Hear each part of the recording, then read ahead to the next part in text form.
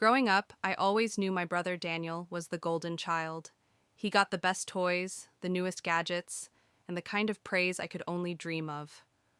While I was expected to be responsible and understand that life isn't fair, Daniel was showered with gifts, money, and endless support.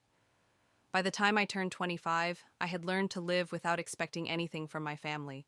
I worked 2 jobs to pay for college, saved every penny, and built my career from scratch. Meanwhile, Daniel crashed 2 cars my father bought him, switched college majors 4 times, and still somehow managed to get his living expenses fully covered.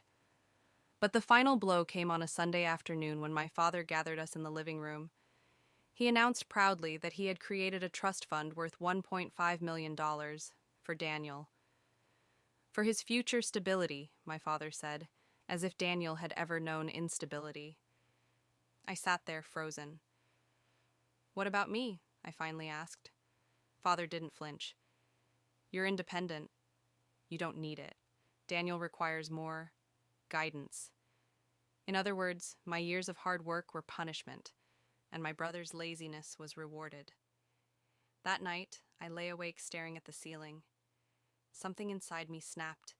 If they thought I was so independent that I didn't need their support, then they were about to find out what true independence looked like. I had been helping my father with his company for years, handling accounts, networking with clients, and even taking care of billing because Daniel was too busy to learn.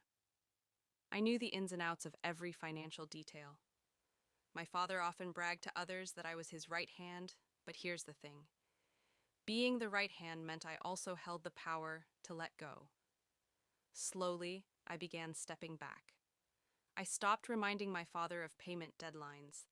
I stopped chasing late invoices. I stopped warning him about upcoming bills. At first, he didn't notice. He assumed I'd always be there to fix everything as usual. But within 3 months, unpaid taxes piled up, clients grew frustrated, and vendors threatened legal action.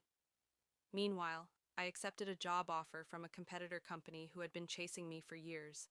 They doubled my salary and gave me an apartment to relocate.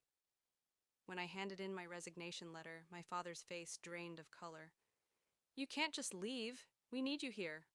I looked him dead in the eye. "Remember when you said I don't need anything because I'm independent? You were right.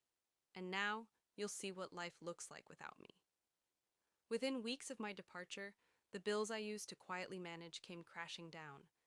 The business, which I had practically been holding together with my bare hands, spiraled into chaos. My father had to sell assets just to cover debts. As for Daniel, he still had his trust fund, but no functioning company left to inherit. All he had was money in a bank account and a family business crumbling under the weight of negligence. One day, I received a desperate call from my father. His voice shook with something I had never heard before. Regret. "Please, come back. We'll fix everything. I'll make sure you're included in the will, the trust, anything you want." I smiled bitterly. "You already made your choice. Now I'm making mine, and I hung up today. I live comfortably on my own. My career is thriving, and I answer to no one. My father and Daniel are still tangled in the mess they created. Every bill they refused to acknowledge, every responsibility they tried to dump on me, it's theirs to deal with now. The irony? My father always said Daniel needed more guidance. He was right, except now Daniel has no one left to guide him. And me?